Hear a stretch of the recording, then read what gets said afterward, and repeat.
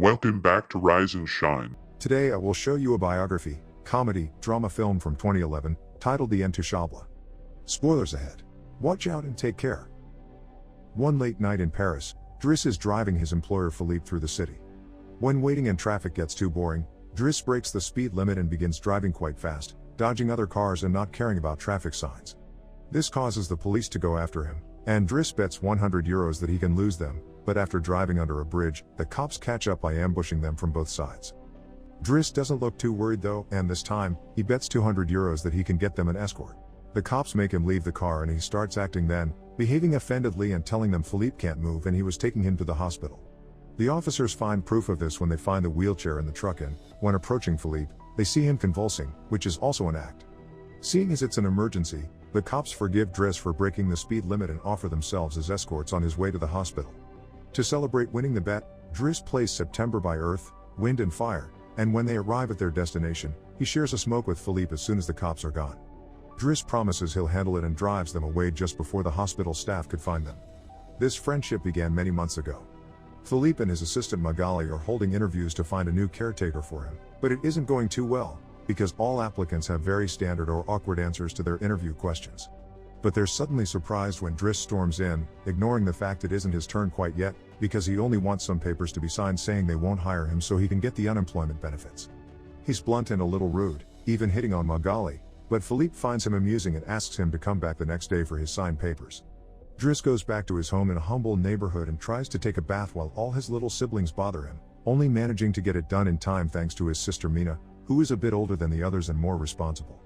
While waiting for their mom to arrive, he looks through the window and notices his brother Adama getting out of a suspicious car. When the boy enters the apartment, he just says he was at school and leaves again after grabbing his bag, causing Driss to be even more sure that he's up to something. In the evening, his mom arrives, and he gives him a Fabergé egg he stole and tells her he's been away on vacation when she asks. She isn't happy to see him though, because he disappeared for 6 months and never called, and now he's shown up out of nowhere as if her home was a hotel. As she's absolutely done with all his lies and she has other children she has to take care of, she kicks him out and tells him not to come back. Driss spends the night having a smoke and some snacks with some neighborhood friends. The next day, Driss goes back to Philippe's house for his papers, and he's received by the housekeeper Yvonne, who shows him around the place and tells him about Philippe's daily routine. She also shows him the room he would get for himself with his very own bathroom. Driss can't help staring at the bathtub before he's dragged to see Philippe, who offers the signed sheet of paper but also a job opportunity. Driss accepts the 1-month trial, and Philippe tells him he bets he won't last 2 weeks. After bringing his things to his room, Driss is taught how to take care of Philippe. He must learn how to keep his legs stimulated, how to put him in the wheelchair, how to help him shower and change his clothes. Things get awkward when Driss discovers he must put on him some high stockings and even clean his butt after Philippe uses the bathroom, but no matter how much he complains and says he won't do those chores, he ends up accepting them as part of his job. Later in the evening, while he's enjoying a snack on the roof, he's interrupted by Philippe's daughter Elisa and her boyfriend Bastien, who are looking for a private place to make out, and he kicks them both out after refusing to share his beer. Driss quickly gets used to the daily routine with Philippe, even if at first he does make some mistakes he learns from, like handing the phone to Philippe instead of putting it on his ear or forgetting the baby monitor while having a bath. He also learns to organize his mail in different folders, most of the letters he opens for Philippe, but there's a series of private ones he isn't allowed to look at. When he finds a flyer promoting female escorts, he decides to start a file just for those instead of throwing them in the trash as Philippe says. It's not all work in this new life though. Driss still makes sure to have a good time. He keeps trying to hit on Magali to no avail, and sometimes calls escorts to join him in bed. One morning, after Yvonne comes to his room to scold him for being late, she finds some dangerous weapons in his bag, but she doesn't comment on them yet. Driss' work today is to drive Philippe around, but he refuses to put him in the back of a van as if he was cargo, so instead, he takes him on one of the fancy cars that don't see much use. Philippe, who first thinks this isn't suitable and says they should be pragmatic, is soon getting excited at the idea of a faster, less boring ride, although Yvonne still disapproves. When they try to leave the building, there's a neighbor parked at their entrance, ignoring the sign on the door that says it's forbidden. Driss wastes no time and goes after the guy, grabbing him by the front of his shirt and threatening him until he moves the car.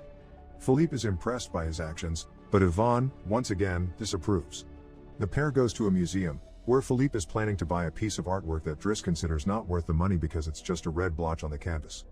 Afterward, Philippe meets with a relative of his, who tells him everyone is worried about Driss since he can be violent. He's also discovered he has a criminal record, but Philippe doesn't care.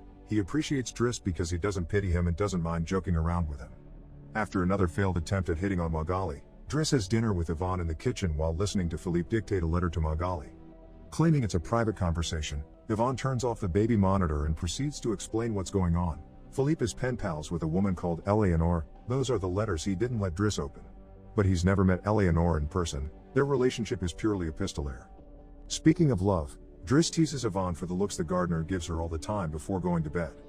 He's trying to sleep when he hears some weird sounds coming from the baby monitor. Philippe is having trouble breathing. Not being capable to ignore him even if he tries, Driss goes to his room and gently guides him through the attack with soothing words and a wet cloth to wipe his face. Philippe eventually falls asleep, only to wake up again moments later, saying he needs air. This time Driss doesn't hesitate. He puts Philippe on the wheelchair, covers him with blankets, and takes him out for a stroll by the river. This is the first time Philippe has seen Paris at night in a long time, and now he's more relaxed. He explains to Driss that the medicine can only do so much and he sometimes experiences phantom pain. When they see some girls walking by, Philippe also confesses he isn't capable of pleasuring a woman because of his situation, but he still can enjoy some satisfaction when he gets his ears massaged because they are sensitive zones. When the phantom pain threatens to appear again, Driss shares one of his joints with Philippe, who is skeptical at first but ends up loving it. Afterward, they go to a restaurant, where they joke around while sharing a meal, and Philippe decides to share more of his story. He met his wife when they were students, and shortly after they got married, she had 5 miscarriages and was diagnosed with an incurable, terminal illness. That's when they adopted Elisa. Philippe has always loved competitions, extreme sports, and speed, and a paraglider gave him that. It was during a paragliding session that bad weather caused him to crash and break his vertebrae, although he still thinks his real handicap isn't the chair but living without his wife. After joking around some more, Philippe remembers the date and realizes Driss has passed his 1-month trial, so he's now officially hired. But he needs to start by bringing back the Fabergé egg he stole because it was a gift from his wife. She would give him one every year, and he has exactly 25, matching their time together. The next day, Driss goes to talk to Mina when she's leaving school, who is a bit offended because he hasn't been answering her messages except to ask her to look for the egg. She also tells him about some cops that have been calling their home. Afterward, he visits Adama, who confesses he was found with 30 grams on him. Driss wants to take him to lunch, but Adama refuses and instead gets in the same suspicious car from before. Later on, Driss is allowed to be present while Philippe dictates his letter for Eleanor to Magali. He thinks this purple prose is very boring and that Philippe should be more direct. He's also baffled to hear that this has been going on for 6 months and they never exchanged pictures. When he finds her phone number on one of the letters, he takes it as a sign and calls her, obliging Philippe to take the phone and finally speak to her outside the written word. Their conversation goes so well, Philippe is now on the phone with her all the time, even right before he and Driss attend the opera, during which Driss laughs and makes fun of the costumes. The next day, Driss convinces Philippe to accept to exchange pictures with Eleanor and chooses one of him in the wheelchair. Afterward, while he's painting, Elisa bursts into his room to ask him for cigarettes and makes fun of him for trying to be artistic. Getting angry, he kicks her out before going to see Philippe, who is currently asking Yvonne to change the chosen picture for one of him when he wasn't quadriplegic. She hides the picture inside the escort file right before Driss burst in, complaining about Elisa and telling Philippe he needs to discipline her, something Yvonne agrees with. Philippe agrees to talk to her, but he's mostly surprised when Driss lets it slip that he's been painting.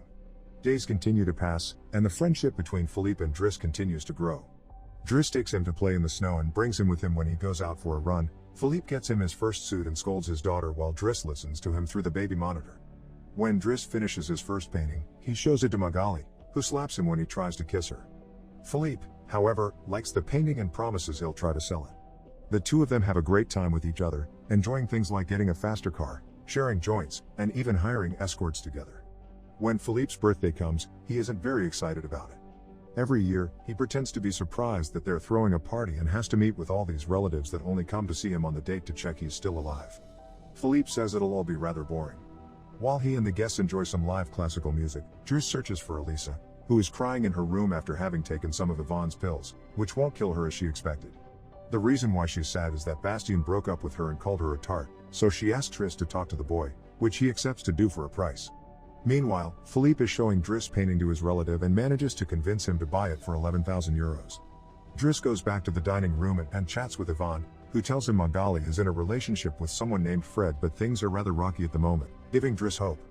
As the party begins to die down, Philippe makes Driss listen to some of the most important songs in classical music history, but he could only joke in response. After the band is done, he brings his iPod and plays Boogie Wonderland by Earth, wind and fire before he starts dancing right in the middle of the floor. He's an incredible dancer and he even convinces the rest of the party to join him and dance with him, which Philippe enjoys watching. Later, when putting Philippe to bed, Driss opens Eleanor's latest letter to him. She sent her picture, showing she's rather pretty, and is telling him they should meet next week when she visits Paris. When the day of the date comes, Yvonne and Driss put Philippe through dozens of outfits until they find the perfect one. And since it's Yvonne the one that will take Philippe to the date, Driss uses his day off to visit Bastien and threatens him until the boy accepts to apologize to Eliza and to bring her croissants every day. He also asks him to fix his hair. Afterward, he visits his mother at work, but only to watch her from afar. At the restaurant, Yvonne and Philippe are waiting for Eleanor, who is very late. After waiting for an hour, Philippe gives up, calls Driss to ask him to take him away, and then leaves the restaurant without noticing Eleanor is arriving at the same time. That same night, Philippe takes Driss with him in his private plane and gives him the money he got for selling the picture, making him immeasurably happy. They make it to the countryside the next morning, and Philippe decides to go paragliding, dragging Driss with him as well. Driss doesn't want anything to do with it, but after initially freaking out, he ends up enjoying the experience. When they return home, Adama is there waiting for Driss and gets scolded when he sees the scars on his face. Adama will still not tell Driss what's happening in his life though, so Driss makes him wait in his room while he calls Mina to tell her not to worry and goes to put Philippe to bed. Philippe, however, isn't sleepy yet. After making Driss look at a painting with him, he asks him about his family, which Driss at first doesn't want to talk about but eventually gives in. It turns out Adama technically isn't his brother and his parents aren't actually his parents, they're his aunt and uncle. They fetched him from Senegal when he was 8 because they couldn't have kids, and his real name is Bakari Bassari, but because other kids had that name, they called him Idris, and that became Driss. One day, his aunt miraculously was able to conceive, and after his uncle died, there were other men and more kids as well. In the same way Driss had talked to him about Elisa, Philippe points out that Adama needs discipline, so he fires Driss so he can be there with his family because he can't spend his whole life taking care of an old man. The next morning, after Bastien has brought his daily croissant while wearing a better hairdo, Driss packs his bags and gets ready to go. Magali comes to say her goodbyes, and when Driss tries to hit on her one last time, Magali introduces him to his significant other Fred, which is short for Frédéric. Turns out Magali isn't interested in men, and Driss gives up on the spot. On his way out of the house, he gives the baby monitor back to Yvonne and teases her for having lied to him about Magali just to mess with him. In return, she gives him the escort file he had started, and he's disappointed to find the picture he had chosen is hidden there. Driss throws away the file, but he keeps the photo for himself. Once outside, he finds a car once again blocking the entrance, so he asks him to move away even if he doesn't work there anymore. When Adama calls him out for it, Driss says it's a matter of principle. A few hours later, the two brothers go pick up their mother at the station while back at the house. Philippe is having his first dinner together with his new caretaker, who is stuffy and boring, and Philippe decides to leave him without even having a bite. Since Yvonne is out on a date with the gardener, nobody is there to scold him for it. As days pass, Driss goes back to his old life. He hangs out with his old friends again and tells the guys from the suspicious car not to bother Adama anymore. When he goes to an interview he doesn't have enough experience for, he manages to win over the employer by calling himself pragmatic and using all the art knowledge he acquired while working for Philippe. This lands him a job as a driver. Philippe continues to dislike his new caretaker and is in a constant bad mood. One night, he refuses anyone in the house to help him with his phantom pain, so Yvonne calls Driss and asks him to come over. That's how they find themselves in the situation from the beginning, with the cops chasing after them first and escorting them to the hospital later. After that little adventure, Driss drives Philippe to the coast, and the sight of the sea helps Philippe calm down. Sometime later, Driss takes care of Philippe's overgrown beard before taking him to a restaurant for lunch, but he doesn't stay, because someone else will be making Philippe company today.